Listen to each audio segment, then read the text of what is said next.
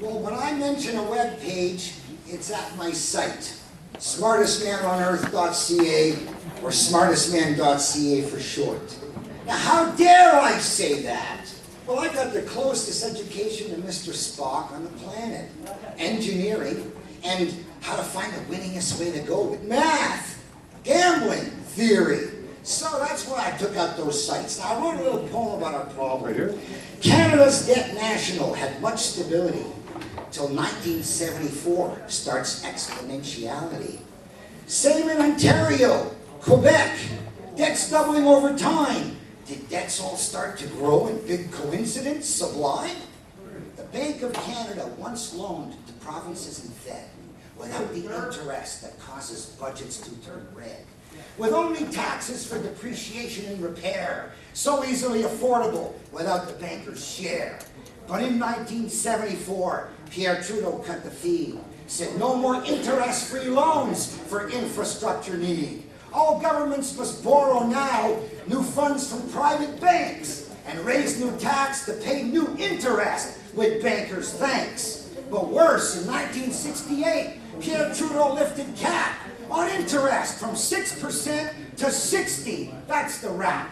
In 12 years, central bank rate rose to 22%. Remember that, gray hairs? More tax to pay, more higher rate, more tax to pay, greater debt at higher rates. So, Mr. Spock, at Computer Central all alone, could debug bad code to save a planet from the danger zone. What Spock could do, no help he needed from the low-tech slowes who had no clue. What Spock can do, the engineer says, I can do it too. What can I do? The Spock Move. I can reprogram the Bank of Canada with this famous let software to get Thank you, Mr. Turmel. Thank you. So we always come back to the affordability. Now, what would it cost to pay for a condo if you were just paying for the depreciation and not the interest? Not so bad, right? $100, $200 a month instead of $800, $1,000. Now, imagine that the Bank of Canada worked like a casino. And as fast as construction built new houses, we gave them new chips. Then they put the houses on sale for the number of chips we paid the guys to build them. And if you come and sign up for one of those houses, we expect you to cover the depreciation, right? But if it's financed at the Bank of Canada, you don't have to throw in the extra $6 in interest every month for the rest of the year. So, it always comes back to usury, the greatest sin in the Bible. The reason Jesus beat up the bankers in the temple, the loan sharks. He didn't beat up the hookers, the thieves, the prostitutes. He beat up the loan sharks. I thought I had 2 minutes. Yeah, just be careful. You got a problem with my using the Bible? Some people- Okay. No. St. Jesus said, if you have money, do not lend it out at interest. Muhammad said, if you have money, do not lend it out at interest. Is that better now? Islam and Christianity and all Judaism. Nehemiah, let the exacting of interest stop. So excuse me for quoting Jesus in a political meeting when he makes my point.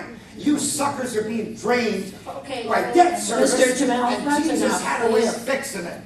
That's enough. That's- Hey, I'm listening to her, okay? Stop interrupting me. I was not Excuse me. She has a right to interrupt me, okay? I'm talking the Bible. My time, my time. So please, stop interrupting me, okay? If you can't stay with me, just stay behind. I was talking about Jesus beating up the money lenders in the temple until my time expires. Ask why we had to get rid of this usury.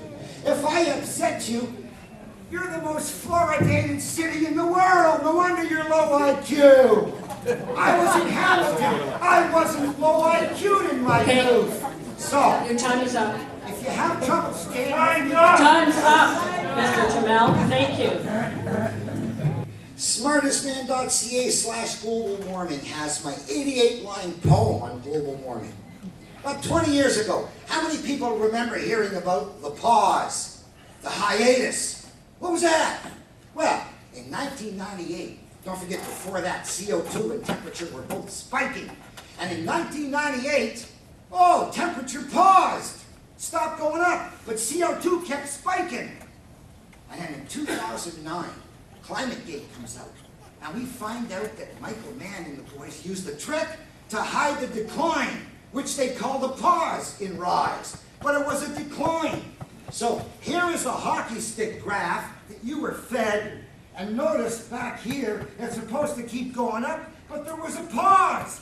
How long is the pause? When did it stop? It ain't stopped yet. 21 years. So little Greta at the UN screaming the sky's on fire, she never had a rise in her whole life.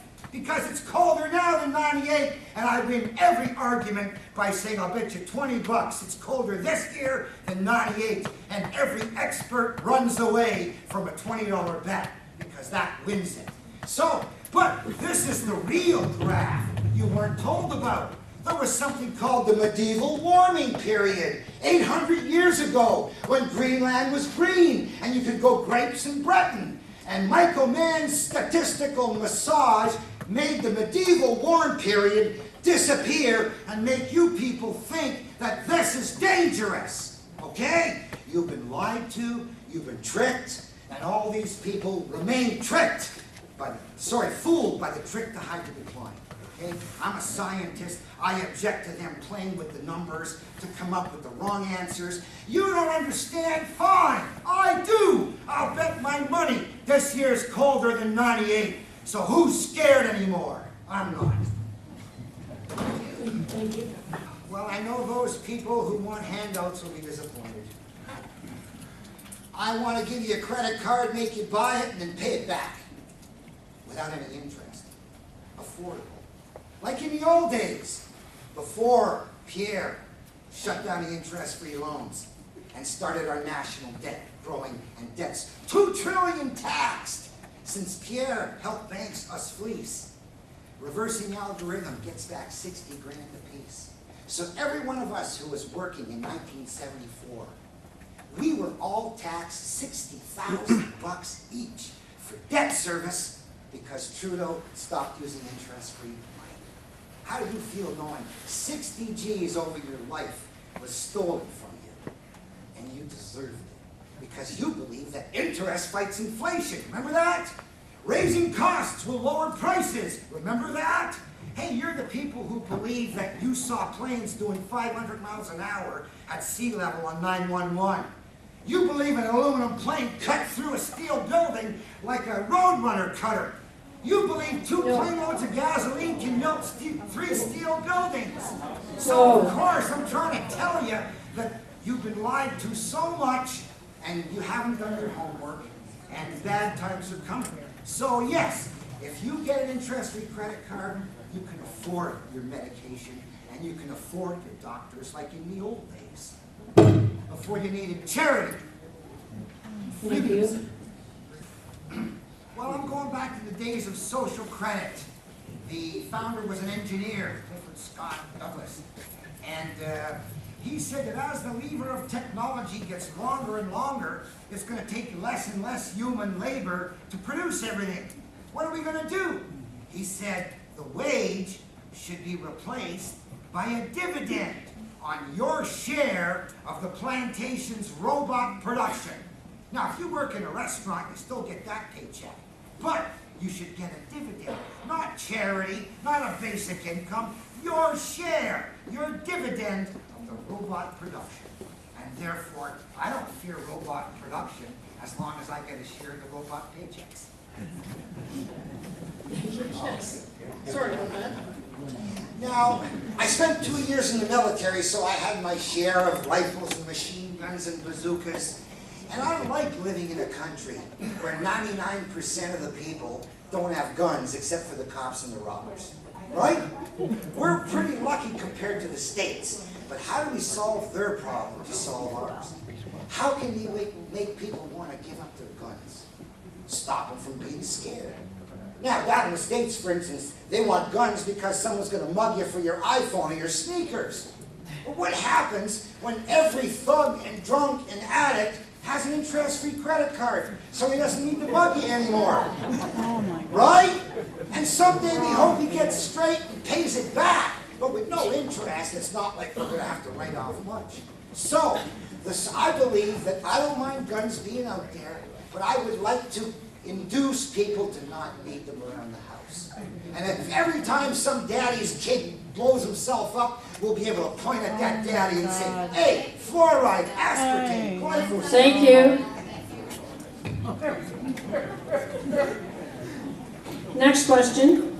Well, as a professional poker player, I have played opposite some smart, tough, competent women who would be insulted at the thought that they should get some kind of a leg up when they compete with me, even though I'm the great white shark.